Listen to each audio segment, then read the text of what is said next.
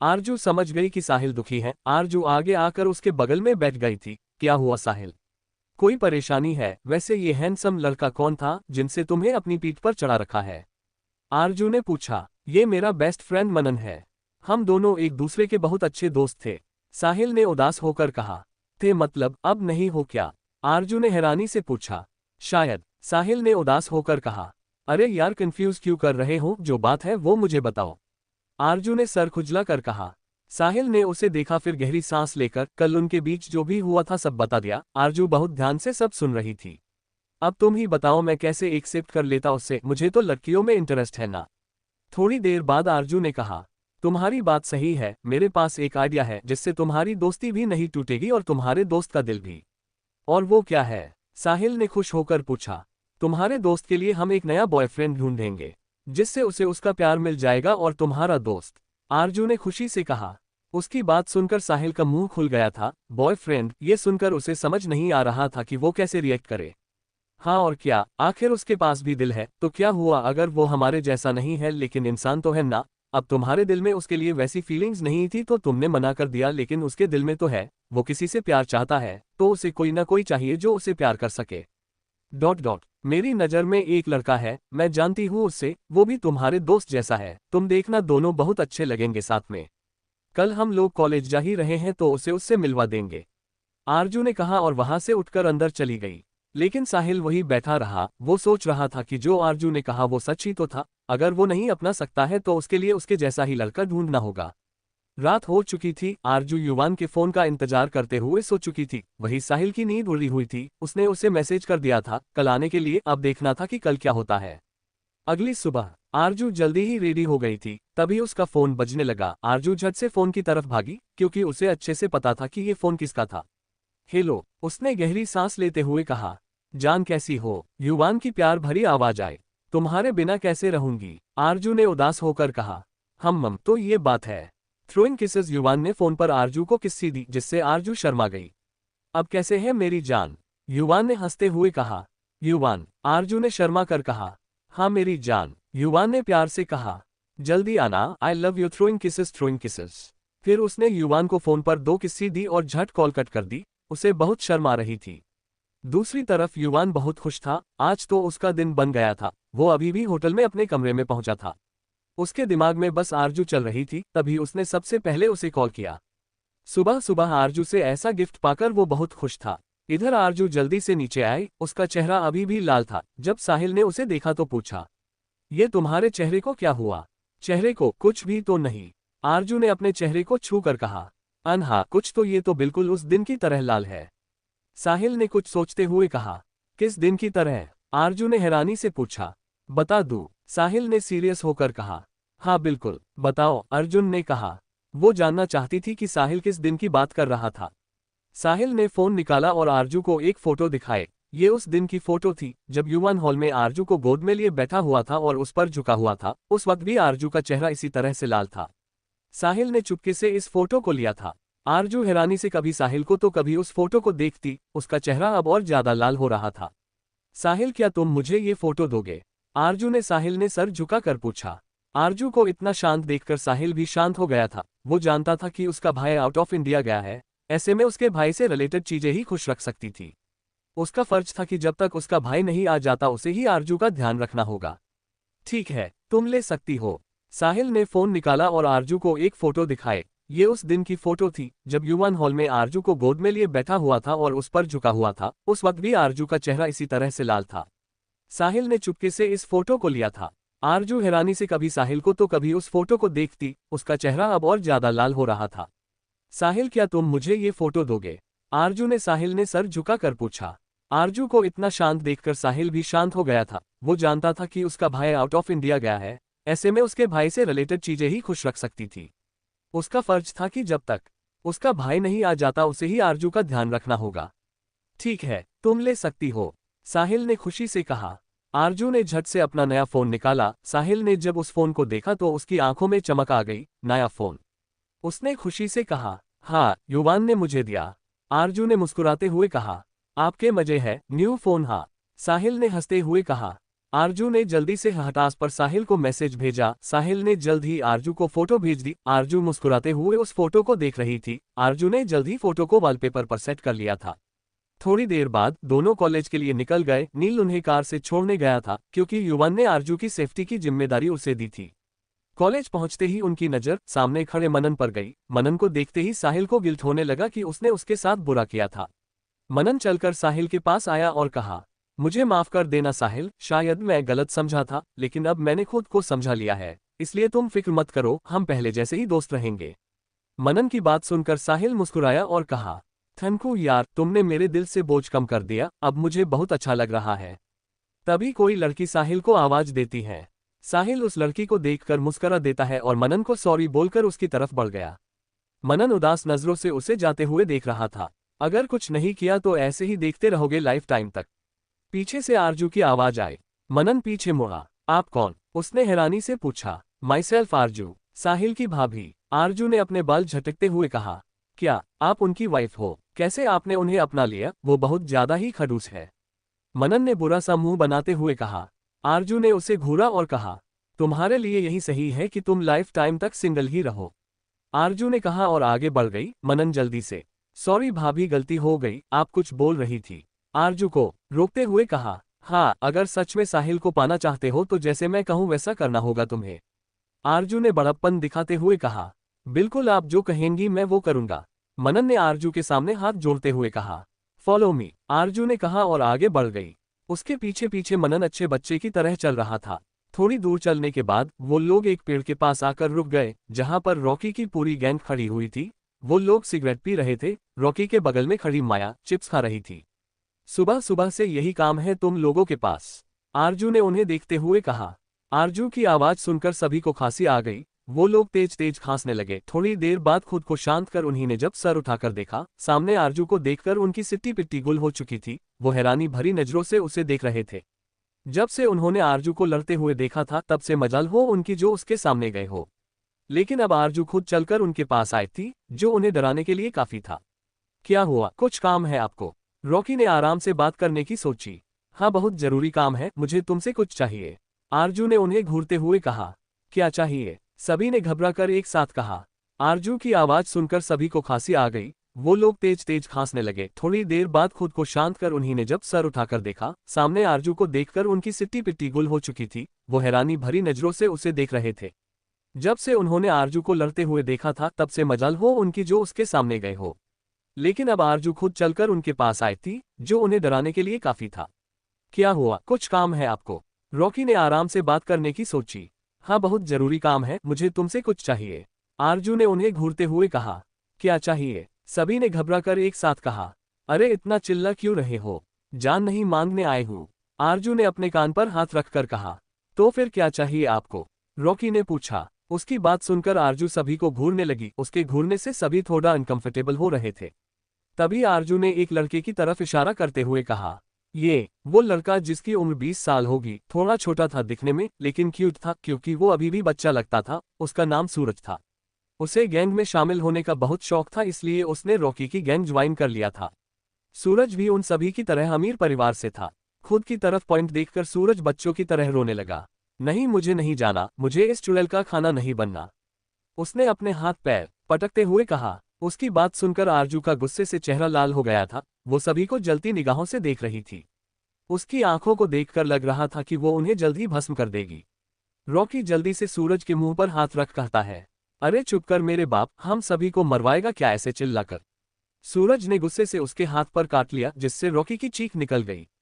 सूरज गुस्से से रॉकी को देख रहा था। विलेन को आने दो, सबके बारे में बताऊंगा, उसने अपने आंसू पोंछकर कहा। अरे चुप करो तुम सब, फालतू इतना चिल्ला रहे हो। मारने के लिए नहीं बुला रही थी, बात तुम्हारी एक चीज में हेल्प चाहिए भैया। आरजू ने प्यार से सूरज के गाल पर हाथ रखकर कहा। तुम तो मेरे छोटे भाई जैसे हो, क्या तुम मेरी हेल्प करोगे? आरजू की बात सुनकर सूरज का मोम जैसा दिल पिघल गया। उसने झट से अच्छे बच्चे की तरह हाँ कर दी। देखो करना क्या है, कुछ वक्त के लिए तुम्हें इसका बॉयफ्रेंड बनना होगा। आरजू ने मनन की तरफ इशारा करके कहा। क्या? एक बार फिर सब चीख पड़े। नहीं, सूरज ऐसा वैसा कोई काम नहीं करेगा, रॉकी ने सूरज को पीछे खींचकर बुलंद आवाज में कहा। उसकी बात सुनकर सभी ने हाँ में सर हिला दिया। अच्छा तो ये बात है, फिर एक काम करती हूँ, इस वीडियो को मैं प्रिंसिपल ऑफिस में जाकर उन्हें दिखा देती हूँ, तुम लोग मेरी पावर तो जानते ही होंगे। आरजू ने उनके सामने अपने फोन पर वीडियो दिखाई जिसमें वो सभी सिगरेट पी रहे थे। उस वीडियो को देखकर उन सभी को हार्ट अटैक आने वाला था, क्योंकि उसमें वो सभी साफ साफ सिगरेट पीते हुए दिखाई दे रहे थे। तो फिर चलती हूँ, जब तुम लोग को हमारी मदद करनी ही नहीं है, आरजू ने मुड़ते हुए कहा। नहीं, सभी एक साथ चीख पड़े। अमीर घरों से होने की वजह से उन पर कुछ रूल्स लगाए थे जिन्हें उन्हें फॉलो करना होता था। कोई भी बुरी आदत उन्हें नहीं लगानी थी, ये भी रूल्स का हिस्सा था। अगर ये वीडियो उनके घर वालों ने देख लिया तो उन्हें घर से बाहर ही निकाल देंगे, क्योंकि अमीर परिवारों को अपनी इज्जत बहुत प्यारी थी। सभी आरजू के पैरों पर थे, शिवाय काया को छोड़कर। प्लीज इसे किसी को मत दिखाना, आज से इस गैंग की बॉस तुम हो। फिर रॉकी काया को देखता है जो डर से खड़ी थी। अरे काया, क्या कर रही हो, तुम भी बोलो, वरना ये वीडियो तुम्हारे घर की हेडलाइन होगा। काया भी डर कर कहती है, हाँ प्लीज किसी को मत कहना, तुम जो भी बोलोगी हम करेंगे। काया ने जल्दी से कहा, ठीक है ठीक, खड़े हो जाओ। आरजू ने फिर सूरज की तरफ देखा जो फ्रीज हो गया था। और बियर तुम करोगे? आरजू ने उससे पूछा। सूरज जो बुत बना खड़ा हुआ था वो जल्दी जल्दी हमें सर हिलाने लगा, क्योंकि अगर विलेन को पता चला तो उसकी खैर नहीं, उसके घर वाले बाद में कुछ कहते उससे पहले विलेन ही उसकी चटनी बना देगा। गुड, आरजू ने सभी को देखकर कहा। चलो आओ, सब समझाती हूँ कैसे क्या करना है। सभी तुरंत आरजू के पास आ गए। आरजू ने सभी को देखकर समझा दिया कि किसे क्या करना था। सबको समझ आ गया ना? आरजू ने सभी को देखते हुए कहा। सूरज थोड़ा घबराया हुआ था, तभी मनन उसके पास आया और उसके गाल पर हाथ रखकर कहा, सूरज तुम मेरे छोटे भाई जैसे हो, तुम ये सोचकर कुछ मत करना कि तुम मेरे बॉयफ्रेंड हो। तुम बस ये सोचना कि तुम अपने भाई के करीब हो, फिर सब अपने आप हो जाएगा। उसकी बात सुनकर सभी मुस्कुरा दिए। सूरज मुस्कुराते हुए उसके गले लग गया। अब सब रेडी थे, चलो प्लान ए यूज करते हैं, आरजू ने सभी को देखते हुए कहा। सभी हमें सर हिलाते हुए कैंटीन की तरफ चले गए। कैंटीन में साहिल एक लड़की के साथ टेबल पर बैठा हुआ था और हंसते हुए उस लड़की से बातें कर रहा था। वो लड़की भी मुस्कुराते हुए बात कर रही थी। साहिल उस लड़की को पसंद करता था। तभी लड़की ने कहा, साहिल मैं तुम्हें पसंद करती हूँ। साहिल हैरानी से उसकी तरफ देखने लगा। लड़की शर्माते हुए उसे देख रही थी। सच में रिया? साहिल ने खुशी और हैरानी के मिले जुले भाव से कहा। हाँ बिल्कुल सच साहिल, मैं तुम्हें पसंद करती हूँ। क्या तुम मेरे बॉयफ्रेंड बनोगे? लड़की ने अपनी बड़ी बड़ी पलकें झपकाते हुए उसे देखा। साहिल तो उसकी मासूमियत का कायल हो चुका था। वो हाँ बोलने जा रहा था कि तभी उसकी नजर रिया के पीछे से आते हुए मनन और सूरज पर पड़ी। दोनों मुस्कुराते हुए एक दूसरे का हाथ थामे चले आ रहे थे। साहिल अपनी आंखें छोटी कर उन्हें देखने लगा। मनन सूरज को लेकर उनके बगल वाली टेबल पर बैठ गया। क्या खाओगे बेबी? मनन ने सूरज को प्यार से कहा। उसकी बात सुनकर सूरज मुस्कुराया और बोला, जो आपको पसंद हो। मनन उसकी बात सुनकर मुस्कुरा दिया और ऑर्डर देने चला गया। मनन के जाने के बाद सूरज इधर उधर देखने लगा। तभी उसकी नजर साहिल की नजरों से टकराई। सूरज मुस्कुरा दिया, लेकिन साहिल उसे घूरने लगा। सूरज को अजीब लगा। उसने उसे जीभ दिखाकर चिढ़ा दिया और फिर मुंह फेर लिया। साहिल क्या हुआ? रिया ने उसे आवाज दी। साहिल रिया की तरफ देखकर, नहीं कुछ नहीं, मुझे कुछ काम है, मैं आता हूँ, साहिल कहकर उठ गया और उस तरफ चला गया जहां मनन गया था। मनन आइसक्रीम लेकर जैसे ही मुड़ा, सामने साहिल को देखकर चौंक गया। साहिल तुम? उसने कहा। हाँ मैं, क्या ये आइसक्रीम मेरे लिए है? उसने आइसक्रीम देखकर पूछा। साहिल ने आइसक्रीम लेने के लिए अपना हाथ आगे बढ़ाया, लेकिन मनन ने अपने हाथ पीछे खींच लिए। सॉरी साहिल, ये आइसक्रीम मेरे बेबी के लिए है, तुम कोई दूसरी ले लो, मनन ने कहा और साहिल के बगल से निकलकर चला गया।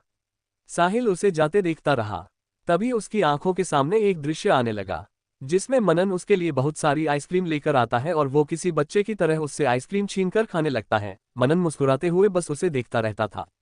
साहिल ने पीछे मुड़कर थोड़ी दूर पर बैठे हुए उन दोनों कपल को देखा, जिसमें क्यूट बच्चा आइसक्रीम खा रहा था मजे से, दूसरा उसे प्यार से देख रहा था। साहिल सोचने लगा कि काश वो उसकी जगह होता, ये उसकी जगह थी, लेकिन उसने खुद ही अपने दोस्त को दूर किया था। सहित पूरी तरह से उदास हो चुका था, वो वहां से चला गया। ओपन माउथ फेस, बेचारा मेरा प्यारा देवर, आरजू ने जाते हुए साहिल को देखकर कहा। आरजू कैंटीन की दीवार के पास छुपी हुई थी, उसके साथ पूरी गैंग छुपी हुई थी। अब क्या करना है? रॉकी ने सवाल किया। कुछ नहीं, यहाँ का काम पूरा हो गया है, अब क्लास की बारी है, मैंने मनन और सूरज को सब समझा दिया है, आरजू ने कहा और क्लास की तरफ बढ़ गए। क्लास में साहिल आकर अपनी सीट पर बैठ गया था। उसने मनन के लिए अपने पास वाली जगह खाली रखी हुई थी। उसे पूरा यकीन था कि मनन जरूर उसके पास बैठेगा। थोड़ी देर बाद मनन सूरज के साथ अंदर आया। उसने साहिल को पूरी तरह से इग्नोर कर दिया था। वो सीधा सूरज को लिए पीछे की सीट पर जाकर बैठ गया। साहिल उसे देखता रह गया। उसने पीछे मुड़कर देखा जहां पर मनन ने प्यार से सूरज का हाथ पकड़ा हुआ था। सूरज किसी छोटे बच्चे की तरह उससे चिपक हुआ था। साहिल को उन्हें देखकर गुस्सा आ रहा था। वो दोनों को घूरने लगा था। तभी रिया साहिल के बगल वाली सीट पर बैठ गई। हाय साहिल, उसने कहा। हाय, साहिल ने आगे देखकर कहा। मनन और सूरज को देख देख कर साहिल का दिमाग खराब हो चुका था।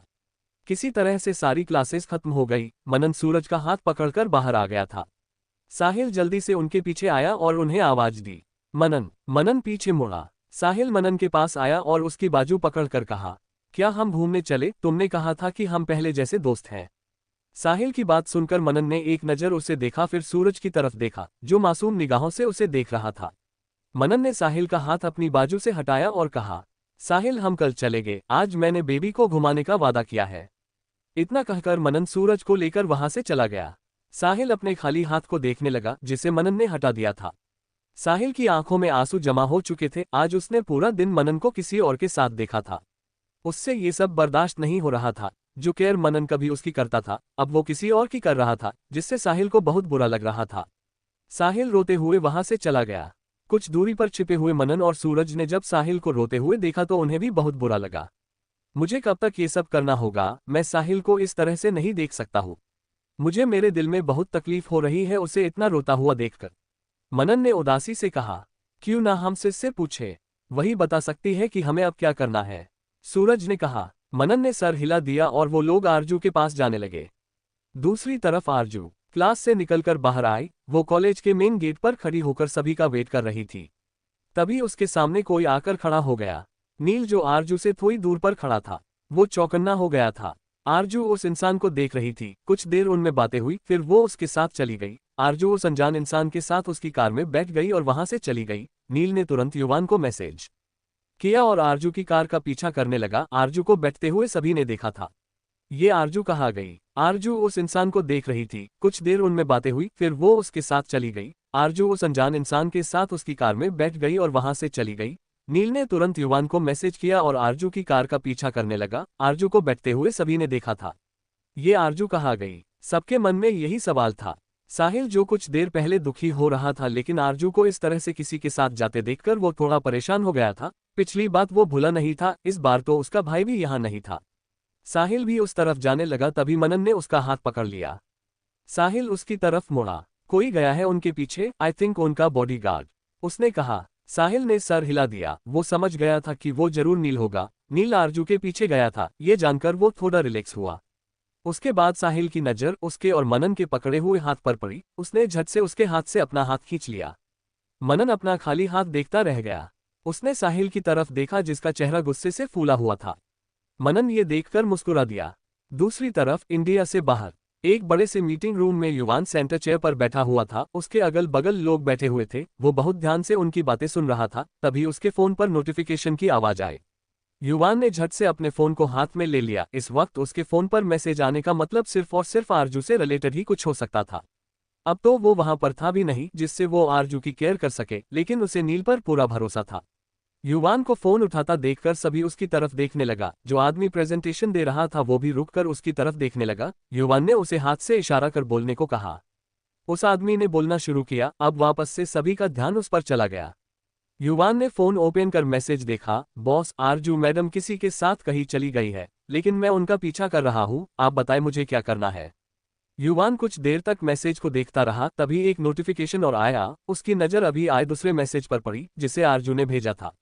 युवान, मैं गुप्ता हाउस जा रही हूँ, शायद वहाँ कुछ हुआ है। आप मेरी फिक्र बिल्कुल मत करना, क्योंकि मुझे पता है अगर मैंने किसी को मार भी दिया तो आप मुझे बचा लेंगे। बाकी बातें मैं आपको घर आकर बताऊंगी। Throwing kisses.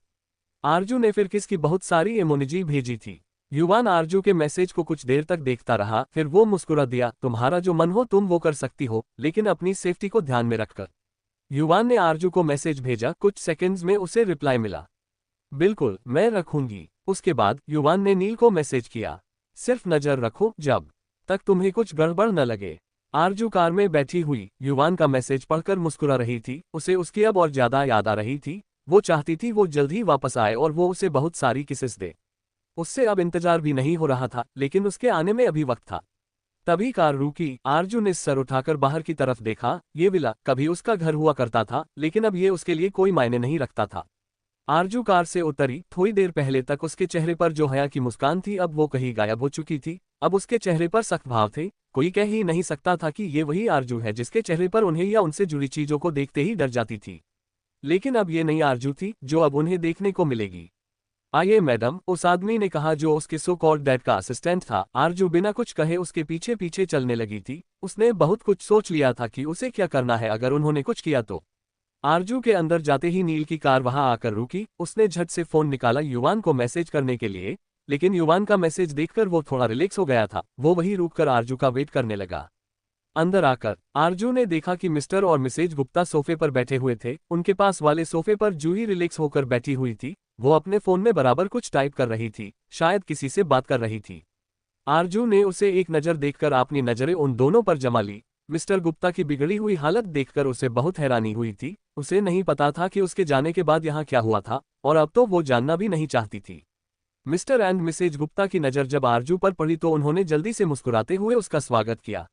आरजू, आओ बेटा, आओ बैठो, मुझे पता था कि तुम जरूर आओगी।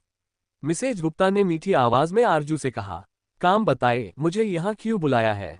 आरजू के सीधा पूछने पर मिस्टर और मिसेज गुप्ता एक दूसरे को देखने लगे। उन्हें नहीं लगा था कि आरजू उसने इस तरह का सवाल पूछेगी। अरे बेटा, पहले तुम बैठो तो बातें तो होती रहेगी, मिसेज गुप्ता ने मुस्कुराते हुए कहा, लेकिन उनकी मुस्कान साफ साफ जाहिर कर रही थी कि उन्हें यह सब बहुत अजीब लग रहा था।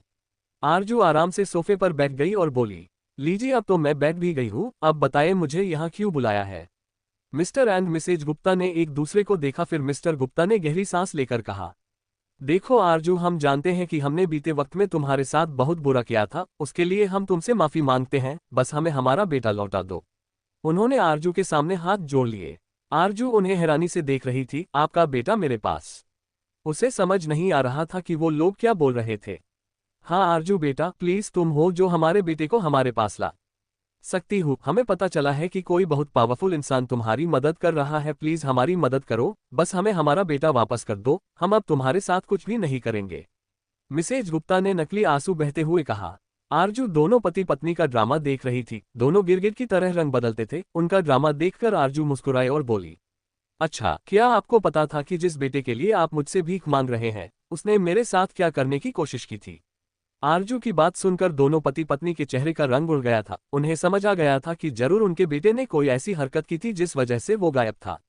उनके उड़े रंग देखकर आरजू मुस्कुराए और बोली, ओह, तो आपको पता था सब, जरूर आपने ही उसे भेजा होगा। आपको पता भी है उसने मेरे साथ क्या करने की कोशिश की थी। मैं उसकी बहन थी, लेकिन उसने अपने दोस्तों के साथ मिलकर मेरा रेप करना चाहा। वो तो मेरी किस्मत अच्छी थी कि मैं बच गई, लेकिन आपका बेटा नहीं बचेगा। उसे उसके किए की सजा जरूर मिलेगी। आप लोगों को मुझसे कुछ भी नहीं पता चलने वाला, क्योंकि मुझे खुद नहीं पता है कि वो कहाँ है, आरजू ने सख्त होकर कहा। उसके बाद वो खड़ी हुई और बाहर की तरफ जाने लगी, लेकिन कुछ कदम चलकर वो पीछे मुड़ी और बोली, मैं देखूंगी कि उसे सख्त से सख्त सजा मिले, मैं उसे जाने नहीं दूंगी। उसकी बात सुनकर दोनों पति पत्नी हैरानी से उसकी तरफ देख रहे थे। उसके बाद वो वापस मुड़ी और बाहर की तरफ जाने लगी। तभी पीछे से आवाज आई, क्या तुम अपने असली पिता के बारे में जानना नहीं चाहोगी? मिस्टर गुप्ता ने कहा। उनकी बात सुनकर आरजू के कदम रुक गए। वो हैरानी से पीछे मुड़ी। उसने उनकी तरफ देखा जो मुस्कुरा रहे थे। मेरे पिता मतलब आप मेरे पिता नहीं है? वो बहुत ज्यादा हैरान थी। जिस इंसान को आज तक अपना पिता मानती आई थी वो उसका पिता था ही नहीं। बिल्कुल भी नहीं, मैं तुम्हारा पिता नहीं हूँ। मैंने बस तुम्हें अपना नाम दिया था क्योंकि उस वक्त तुम्हारी माँ को मेरी जरूरत थी। मुझे तुम्हारे पिता के बारे में सब पता है। क्या तुम अपने पिता के बारे में जानना नहीं चाहोगी कि वो कौन थे, कहाँ है? आरजू कुछ सेकंड तक उन्हें देखती रही, फिर अचानक से हंसने लगी। अपने बेटे को पाने के लिए आप नया तरीका खोज रहे हैं, लेकिन अफसोस ये तरीका काम नहीं करने वाले। हो सकता है आप मेरे बायोलॉजिकल पिता ना हो, लेकिन इसका मतलब ये नहीं है कि मैं आपकी बातों में आ जाऊंगी, आरजू ने सख्त होकर कहा और वहां से चली गई। आरजू के जाने के बाद जूही खड़ी हुई और अलसाए आवाज में कहा, यह प्लान तो फेल हो गया आपका। अब आप क्या करेंगे अपने बेटे को पाने के लिए? उसके बाद वो वहां से अपने कमरे में चली गई। वो लोग अभी भी उस घर में रह रहे थे क्योंकि वो घर मिस्टर गुप्ता के नाम था। ये मत समझना कि मेरा प्लान फेल हो गया है। मैंने उसके दिमाग में बात डाल दी। बहुत जल्द वो मुझसे अपने पिता के बारे में जानने आएगी। मिस्टर गुप्ता ने दरवाजे की तरफ देखते हुए कहा, आपको सच में पता है कि आरजू के असली पिता कौन है? मिसेज गुप्ता ने पूछा। नहीं, मैंने बस उसकी माँ से एक बार उसके बारे में सुना था, शायद वो अमीर परिवार से था, बस उसका नाम पता है, वो भी शायद अधूरा ही है, लेकिन आरजू को बहकाने के लिए बहुत है। जब वो हमारी बातों में आ जाएंगी तो हम उससे अपने बेटे एक बारे में पूछ सकते हैं। मिस्टर गुप्ता ने अपनी मक्कारी पर मुस्कुराते हुए कहा। उनकी बात सुनकर मिसेज गुप्ता भी मुस्कुराने लगी। वही आरजू बाहर खड़ी नील की कार में बैठ चुकी थी, लेकिन उसके दिमाग में अभी भी मिस्टर गुप्ता की बात चल रही थी। तभी उसका फोन बजा। फोन की आवाज सुनकर उसका ध्यान फोन पर गया, जिस पर हबी दिल दिल लिखकर आ रहा था। आरजू ने जल्दी से कॉल पिक किया और कहा, हेलो मेरी जान, ज्यादा परेशान मत हो, जब तक मैं नहीं आ जाता तुम्हें खुश रहना है, ओके? मैं बहुत जल्द काम खत्म करके वापस आऊंगा। युवान ने कहा। जल्दी आओ, मुझे बहुत याद आ रही है, आरजू की कहते हुए आंखें भर आई थी। एक वही तो था उसकी जिंदगी में जिससे वो इतना प्यार करती थी, अब उसके बिना उससे रहा भी नहीं जा रहा था। अपना ध्यान रखना, युवान ने कहा और कॉल कट कर दी। आरजू से बातें करते वक्त वो जितना नर्म होता था, अब उसका ऑरा उतना ही भयानक था। शुरू से लेकर लास्ट तक युवान ने सब कुछ सुना था, क्योंकि आरजू ने अंदर जाने से पहले उसे कॉल कर दिया था, जिस वजह से युवान ने सब कुछ सुना था। आरजू युवान से कुछ भी नहीं छुपाना चाहती थी। उस केबिन में बैठे हुए युवान की आंखें काफी गहरी थी। तभी श्याम वहां आया। सर, बड़े मैडम और सर ने आपको विला में बुलाया है। युवान ने कुछ नहीं कहा, बस सर हिला दिया। थोड़ी देर बाद वो खड़ा हुआ, उसने अपने कोट को सही किया और बाहर निकल गया। लगभग आधे घंटे बाद उसकी कार एक मैंशन के बाहर रुकी हुई थी। इस वक्त वो इटली के पॉश इलाके में था। वीआईपी एरिया में उनका बड़ा सा मैंशन था। काम की वजह से यहाँ कोई न कोई आता रहता था, जिस वजह से उन्होंने ये मैंशन ले लिया था। साथ ही यहाँ पर युवान का एक पर्सनल फ्लैट भी था, जिसे सिर्फ युवान की यूज करता था। युवान जब भी इटली आता था वो मैंशन में न रहकर अपने फ्लैट पर रहता था। युवान कार से निकलकर अंदर की तरफ बढ़ गया। जब वो अंदर आया तो दो अनचाहे मेहमान को देखकर उसकी आंखें छोटी हो गई। वो उन्हें घूरने लगा। अब उसे समझ आ चुका था कि जरूर कोई गड़बड़ है, तभी उसे यहाँ बुलाया गया था। युवान को दरवाजे के पास खड़े हुए देखकर मिस्टर सहगल ने कहा, युवान यहाँ आओ। युवान बिना एक्सप्रेशन उन्हें देखता रहा, फिर चलकर वहां आया और एक अलग सोफे पर किसी राजा की तरह बैठ गया। उसके इस तरह से बैठने का मतलब था कि वो सिर्फ अपने मन की करेगा, कोई उसे मजबूर नहीं कर सकता था। मिस्टर सहगल ने नमे सर हिला दिया। वो जानते थे कि उनका बेटा दुनिया के लिए कितना रुड था। वो उनसे भी रुड तरीके से बात करता था, यहाँ तक अपनी मॉम से भी। वो बचपन से ऐसा ही था। इसलिए उन्होंने इस बात को इग्नोर कर दिया और उसे देखकर कहा, युवान, मिस्टर कपूर ये जानना चाहते हैं कि तुम कब माया से शादी करोगे। अब तुम दोनों की एंगेजमेंट को काफी वक्त हो चुका है, अब तुम्हें शादी कर लेनी चाहिए। मिस्टर सहगल की बात सुनकर युवान ने सर्द नजरों से उनकी तरफ देखा और ठंडी आवाज में कहा, क्या आपको पता नहीं है कि मेरी एक गर्लफ्रेंड है? गर्लफ्रेंड शब्द सुनकर वहां बैठे हुए दो लोगों का चेहरा अजीब हो गया। मिस्टर और मिसेज कपूर अजीब तरह से मिस्टर सहगल को देख रहे थे। मिस्टर सहगल ने बात संभालते हुए कहा, लेकिन वो तो बस टाइम पास के लिए है ना। तुम्हारी शादी बचपन में फिक्स हो गई थी। तभी उनकी बात काटकर युवान ने ठंडे लहजे में कहा, क्या आपको याद नहीं, मैंने वो एंगेजमेंट खुद तोड़ी थी और मैं मेरी गर्लफ्रेंड के लिए लॉयल हूँ, इसलिए मैं अब इस बात पर कोई बात नहीं करना चाहता। युवान तुरंत खड़ा हुआ और वहां से बाहर निकल गया। वो अब कोई भी फालतू बात नहीं करना चाहता था। उसका सारा ध्यान इस वक्त आरजू के ऊपर था। वो जल्द से जल्द उसके पास जाना चाहता था। युवान के जाने के बाद वहां कुछ देर तक शांति छाई रही। फिर गहरी सांस लेकर मिस्टर कपूर ने कहा, मिस्टर सहगल, लगता है अब हमें सब कुछ बच्चों पर छोड़ देना चाहिए, वो खुद ही सब कुछ हैंडल कर लेंगे। मैं आपकी बात से सहमत हूँ। आप माया को बोलिए कि वो ज्यादा से ज्यादा युवान से दोस्ती बढ़ाने की कोशिश करे। युवान अभी जवान है और इस उम्र में बच्चे इधर उधर भटक जाते हैं। वो बस उसके साथ टाइम पास कर रहा है, कुछ वक्त बाद वो खुद बोर होकर उसे छोड़ देगा। मिस्टर सहगल ने कुछ सोचते हुए कहा। मिस्टर और मिसेज कपूर वहां से चले गए, लेकिन मिस्टर सहगल अभी भी किसी सोच में डूबे हुए थे। क्या सोच रहे हैं आप? मिसेज सहगल ने कहा। युवान को अगर उस लड़की से ज्यादा लगाव हो गया तो वो उसे छोड़ नहीं पाएगा, और मैं एक बिजनेसमैन हूँ, मुझे सिर्फ अपना फायदा देखना है। अगर आरजू किसी अमीर परिवार से होती तो मैं उसको शादी युवान से जरूर करता, लेकिन वो एक गरीब परिवार से है और मैं अपनी इमेज खराब नहीं करना चाहता हूँ। इस घर में अगर कोई बहू बनकर आएगी तो वो माया होगी, को हर तरीके से हमारे परिवार का हिस्सा बनने लायक है। मिस्टर सहगल ने कहा, आप गलत सोच रहे हैं। युवान आरजू से प्यार करता है और मुझे लगता है कि वो किसी भी हाल में उसे नहीं छोड़ेगा। मिसेज सहगल ने कहा, तुम नहीं जानती आजकल के बच्चों को। आजकल के बच्चे बस डेटिंग करके टाइम पास करते हैं, कोई सीरियस नहीं होता है। युवान भी नहीं है, कर लेने दो उसे भी कुछ वक्त टाइम पास, उसके बाद वो उसे छोड़ देगा। मिस्टर सहगल ने कहा और वहां से चले गए। दूसरी तरफ इंडिया में आरजू घर पहुंच गई थी। वो सीधा कमरे में गई और बेड पर लेट गई। उसकी आंखें नींद से भरी हुई थी। कुछ ही देर में वो सो गई। आरजू की नींद शाम को डिनर के वक्त खुली। वो उठकर नीचे आई तो उसने देखा कि साहिल चुपचाप डाइनिंग टेबल पर बैठा कुछ सोच रहा था। आरजू को उसे देखकर अजीब लगा। आरजू उसके बगल में जाकर बैठ गई और उसके कंधे पर हाथ रखकर कहा, ये ब्रो, क्या हुआ? आरजू की आवाज सुनकर वो होश में आया और उसकी फिक्र करते हुए पूछा, भाभी आप ठीक हो तो ना? कहाँ गई थी आप? पता है मुझे आपकी कितनी फिक्र हो रही थी। ओह रिलैक्स यार, सब ठीक है, मुझे कुछ भी नहीं हुआ। आरजू ने नर्म लहजे में कहा। खुद के लिए साहिल की फिक्र जानकर उसे बहुत खुशी हुई। उसकी बात सुनकर साहिल थोड़ा रिलैक्स हो गया। आरजू मुस्कुराए और बोली, वैसे तुम्हें क्या हुआ? ये सड़ा सा मुंह क्यों बना रखा हुआ था? मैं मनन के बारे में सोच रहा था। उसने कहा। ओह तेरी। आरजू के खुद के सर पर हाथ रखकर कहा, क्योंकि वो इस बारे में भूल ही चुकी थी। उसे जल्द से जल्द जानना होगा कि आखिर साहिल को क्या एहसास हुआ। मनन के बारे में क्या सोच रहे थे? आरजू ने उसे देखते हुए पूछा। यही कि अब मैं उसका दोस्त नहीं रहा। जब से उसने अपना बॉयफ्रेंड बनाया है वो मुझे भूल ही गया। सिर्फ एक ही दिन हुआ है मुझे उसे मना किए और उसने बॉयफ्रेंड बना भी लिया। अगर बना लिया है तो मुझे क्यों इग्नोर कर रहा है? साहिल ने गुस्से से कहा। साहिल को इस तरह से देखकर आरजू को बहुत मजा आ रहा था। ओह जलन हो रही है, यही तो मैं चाहती थी तुम अपने जलन में ये देख पाओ कि मनन तुम्हारे लिए क्या है। आरजू ने मन ही मन सोचते हुए कहा। तो क्या हुआ? देखो, जब हमारी लाइफ में कोई ऐसा पसंद आता है जिसे हम प्यार करते हैं तो वो हमारे लिए सबसे ज्यादा जरूरी हो जाता है।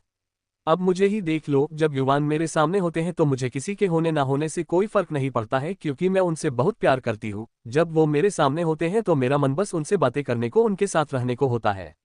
आरजू ने उसे समझाते हुए कहा। तुम भी तो किसी को प्यार करते हो ना, तो तुम्हारा भी मन उसके साथ रहने, उससे बात करने और उसे देखने का करता होगा। इसलिए मनन को उसकी लाइफ एंजॉय करने दो और तुम अपनी लाइफ एंजॉय करो, समझे? आरजू ने उससे कहा। उसके बाद दोनों ने डिनर किया और अपने अपने रूम में चले गए। लेकिन साहिल के दिमाग में बस आरजू की कई बातें घूम रही थी, साथ रहने का, बात करने का और देखने का। मुझे तो ऐसी कोई भी फीलिंग नहीं हो रही है उसके लिए। साहिल ने खुद के बाल खींचते हुए कहा। मुझे इस वक्त बस मनन से बात करनी है। उसने बिना कुछ सोचे मनन को कॉल लगा दिया। लेकिन उसका कॉल बिजी जा रहा था। साहिल ने फोन को अपने सामने किया और गुस्से से उसे देखने लगा। ऐसा लग रहा था कि वो फोन को नहीं, मनन को देख रहा था। सोच रहा था कि काश फोन की जगह मनन होता तो वो उसे जरूर सबक सिखाता। उसकी हिम्मत कैसे हुई इग्नोर करने की? साहिल ने कम से कम 10 बार कॉल किया था लेकिन उसका फोन बिजी जा रहा था। अब उसकी क्षमता जवाब दे चुकी थी। वो गुस्से से उठा और घर से बाहर निकल गया।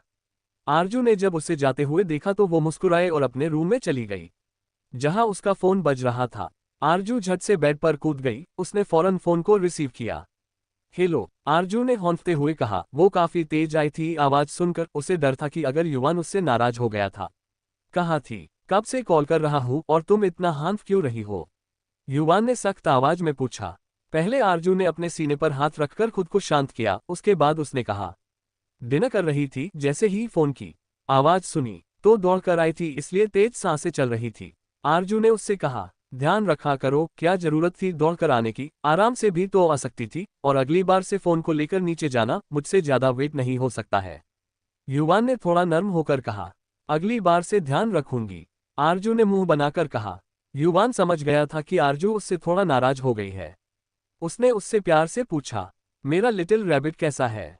बिल्कुल ठीक। आरजू उसकी प्यार भरी आवाज सुनकर तुरंत पिघल गई।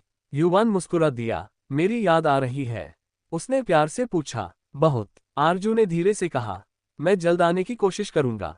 तुम बस अपना ध्यान रखना और मुझे याद करना, युवान ने सरगोशी से कहा, जिससे आरजू का चेहरा लाल हो गया। युवान जल्दी आना, मुझे और ज्यादा अकेले नहीं रहना है, आरजू ने छोटा सा चेहरा बनाकर कहा। युवान ने बस इतना कहा। दोनों के बीच कुछ देर के लिए शांति छा गई। आरजू को युवान की बहुत याद आ रही थी। I love your throwing kisses, उसने जल्दी से कहा और किस देकर कॉल कट कर दी। उसने फोन को सीने से लगा लिया और आंखें बंद कर ली।